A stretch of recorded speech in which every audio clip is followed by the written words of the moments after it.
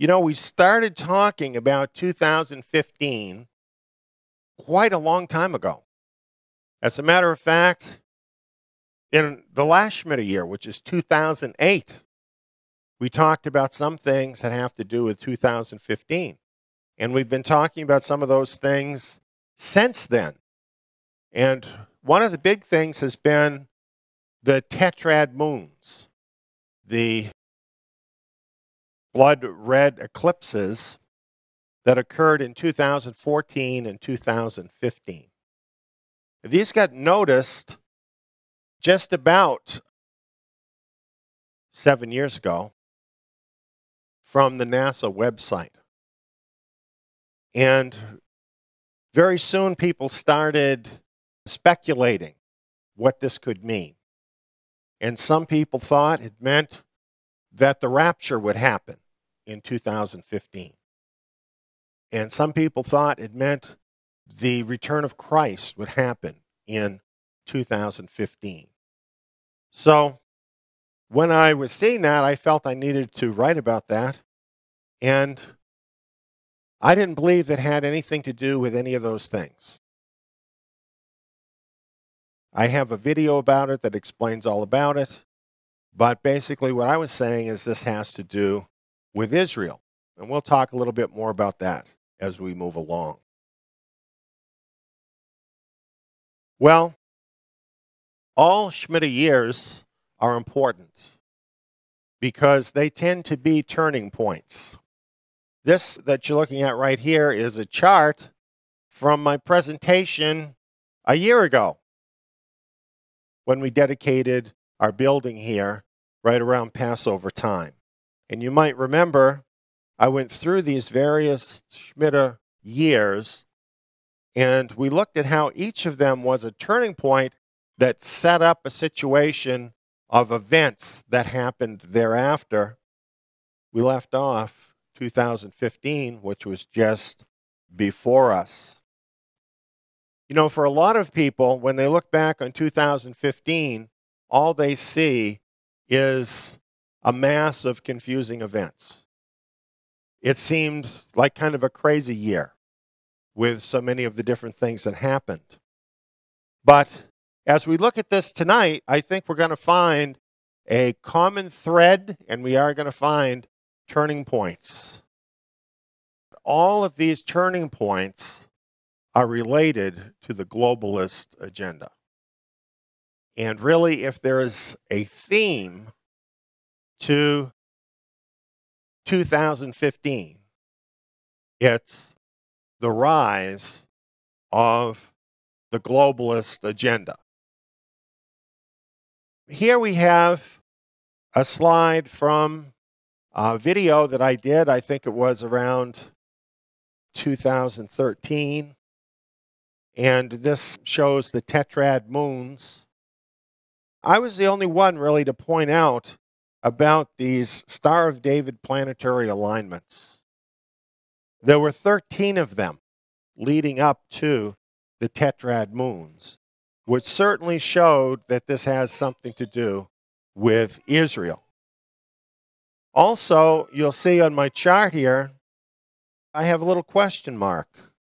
Is this the Psalm 83 war? That's what I believed. I believed that these tetrad moons pointed and point to a war having to do with Israel. And I believe that because the other tetrad moons had to do with wars with Israel. Let's take a closer look at that question now. Pardon me that we have kind of a graphic image here, even though it is just a cartoon. But I don't think it's anywhere near as graphic as what has actually been happening in the Middle East, which is pretty horrible. Basically, what we have seen is a Sunni Shiite war. Now, from the West, in the news, that really gets played down. So a lot of us don't really understand that what is actually happening in the Middle East is a sectarian war in Islam, within Islam. But over there, they know that. And Israel knows that. And you will find more about that actually in looking in sources from that part of the world. And really, in 2015, this reached a new height where the fighting was so bad and so much was at stake that the Sunnis put together a coalition of 150,000 to 350,000, according to different estimates, from 20 different Sunni countries, and brought their armies together in the northern part of Saudi Arabia. And Saudi Arabia pulled this coalition together. They were leading this. And that's quite an amazing thing, because you really don't see that kind of cooperation, frankly, among countries in that part of the world. And this really could have escalated not only into a much worse conflict than was already going on there, but according to Putin of Russia, he was looking at World War III. And after this happened, he withdrew, which I think shows you exactly how bad this is in the Middle East, where, yes, Putin's still in the country, but he withdrew his troops. He withdrew into a corner of the country, basically, where they could protect themselves. And this sets up a situation now where I think what we're looking at from this point is a tremendous escalation of war. Well, as I looked at this and I read over Psalm 83, I realized that perhaps as we look at the situation on the ground, as things have actually unfolded with the millions of people, literally millions of people that have been displaced from their homes, and hundreds of thousands of people that have been killed already in this sectarian war, that perhaps Psalm 83 might be coming about in a way that's a little different than what we might have thought. And you know, this often happens with the scriptures because they don't always tell us everything. Sometimes we have to wait till things actually happen to understand the fullness of those things. So, you know, we might have thought about the Psalm 83 war that it's going to be bing, bang, boom, and it's all over overnight. However, look at these verses from Psalm 83. It says, "Fill their faces with confusion, that they may seek your name, Yahweh. Let them be disappointed and dismayed continually. Yes, let them be confounded and perish." Now, that doesn't sound like something that's going to happen in a few days. It's using language, this, for instance, dismayed continually. In Hebrew, it's actually referring to an extended length of time. And look at the purpose, the confusion, the disappointment, being dismayed. It's that they may seek his name.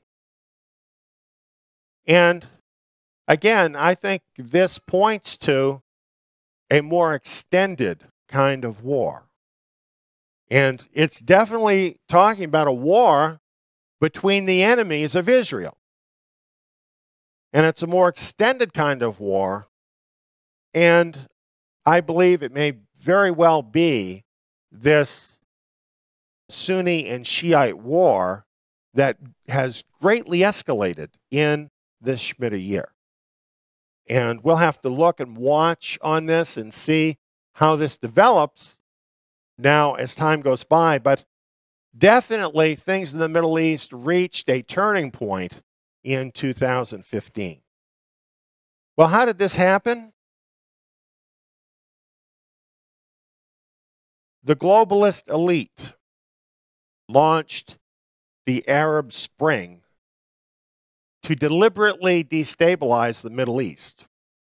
Now, I've had radio programs and On the Road to Zion back as early as 2011 that document all this, that speak about all this.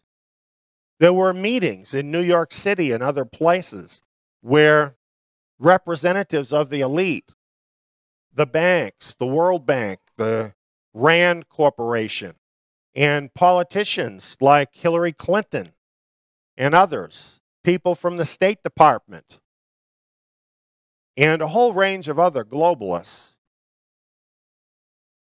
got together experts, and they brought primarily college students from these Middle East countries.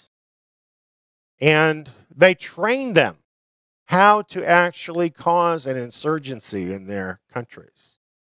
And they had representatives there from some of the big firms that you'd be very familiar with on the internet to teach them how to use Facebook and Twitter and Google in order to create this movement.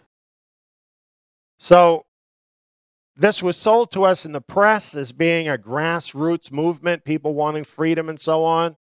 But actually, the entire thing was cooked up by the globalists.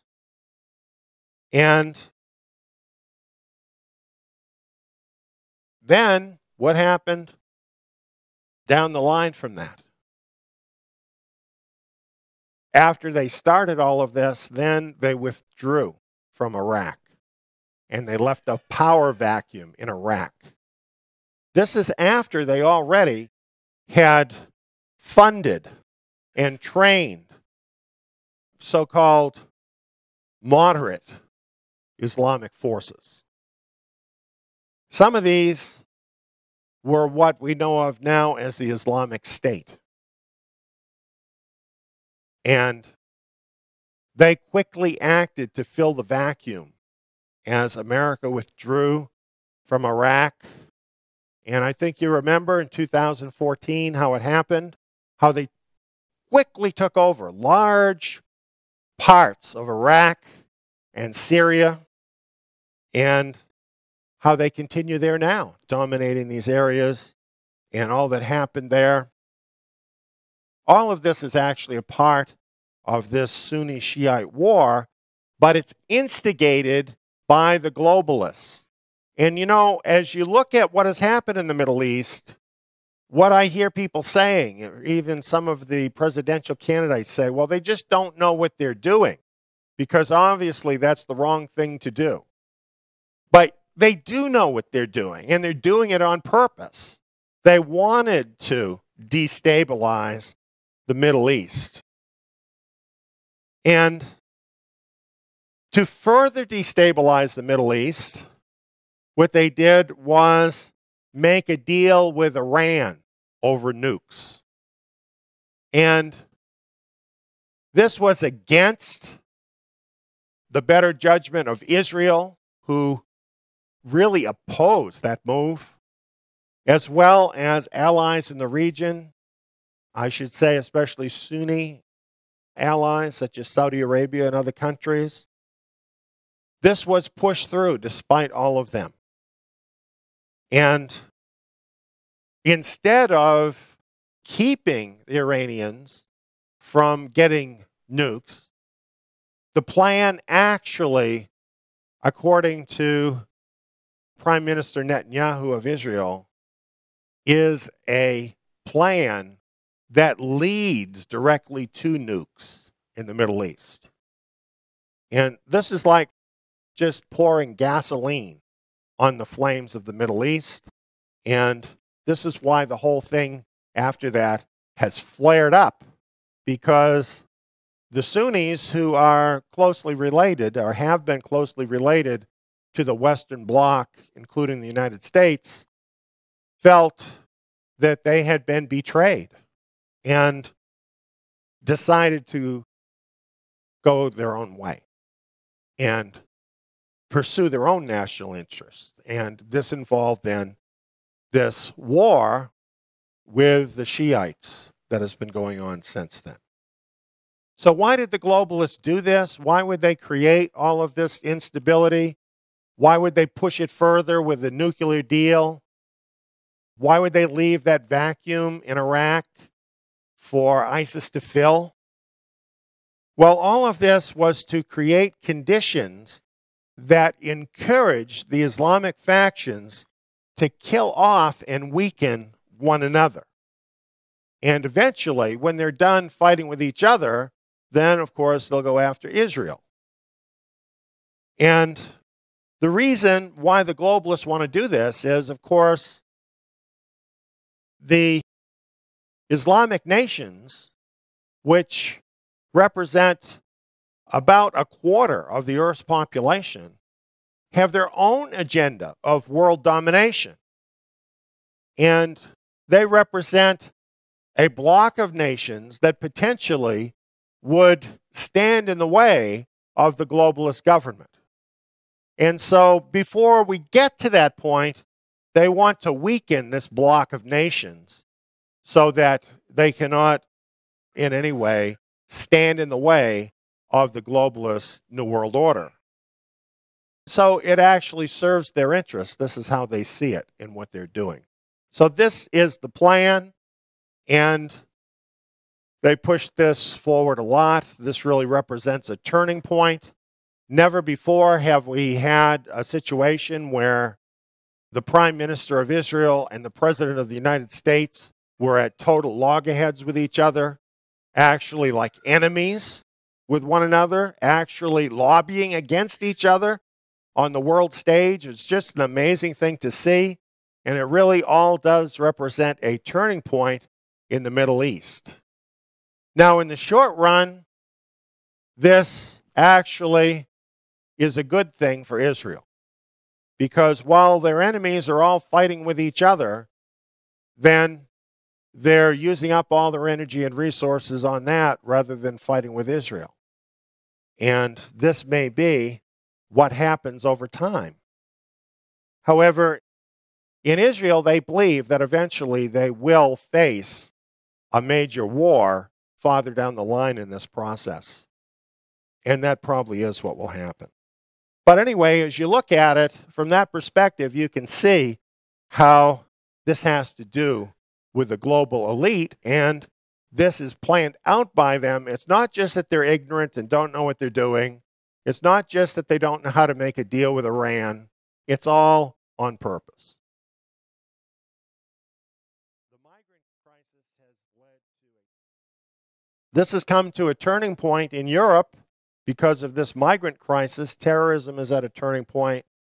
And just recently, articles have been coming out saying that ISIS is on the verge of nukes, starting with dirty nukes.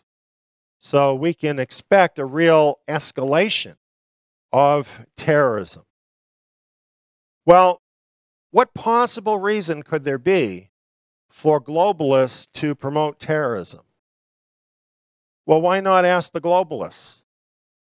This is the Globalist magazine, and on their website they have the question: in what way did the attacks, that is terrorist attacks, enhance global integration? And here's the answer that they put forward.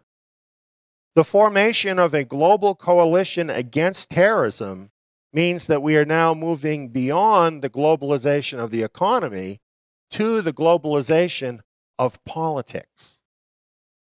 So, by having this international problem of terrorism, it forces the individual nations to coalesce into more of a globalist network to fight terrorism.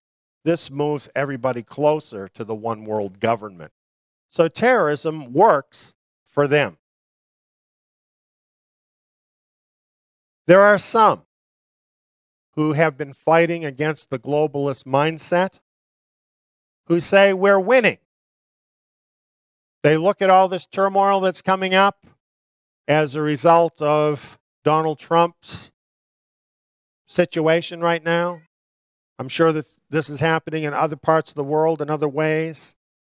And they're thinking more and more people are going to become aware of this, and we'll get together and we'll defeat these globalists. So they think we're winning.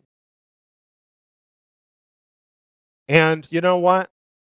That's very tempting to want to get on board and help them. You know, if you really hate what the globalists are about, it's very tempting to want to get on board one of these movements and to help them. But is this true? Is it possible to actually win against the elite at this point? I think you're dealing with something like the Titanic. We've already hit the iceberg. Once that happened with the Titanic, there was no changing what was going to happen. It was just a matter of time. And that water was going to get into the hold of the ship. And it was all compartmentalized. And the way it happened, it went from compartment to compartment to compartment until finally the ship was sunk. It took some time for that to happen, but it was inevitable that was going to happen. Once it hit the iceberg, it was a sure thing as to what was going to happen with the Titanic. Well, the world is the same as the Titanic in this picture. The world system. In Revelation, it gives us a roadmap of the things that are to happen in the final generation that will take us to the one world government and then to the final end of this world. Yeshua Messiah gave us that revelation. And he said, this is the revelation of Yeshua the Messiah, which God gave him to show his servants the things which must happen. Now, seeing that the world has already hit the iceberg, seeing that these things must happen, we have a few choices that we can choose as to how we're going to deal with the situation and the increasing turmoil that's coming into the world through this globalist agenda. Let's ask a few questions. Should you argue with the captain in this situation? The captain being the globalists. Is it going to help you to fight with them in view of the fact that we know the ship is going to sink? Or perhaps you're not a fighter. Should you just fiddle around? Fiddle away your time while the ship is sinking.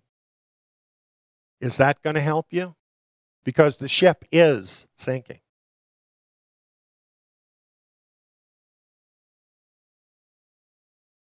Or should you get serious about a lifeboat before the big panic happens? Because believe me, when all the people realize what's happening, there will be a big panic. And they won't all be nice. And it's not going to be pretty as to what happens.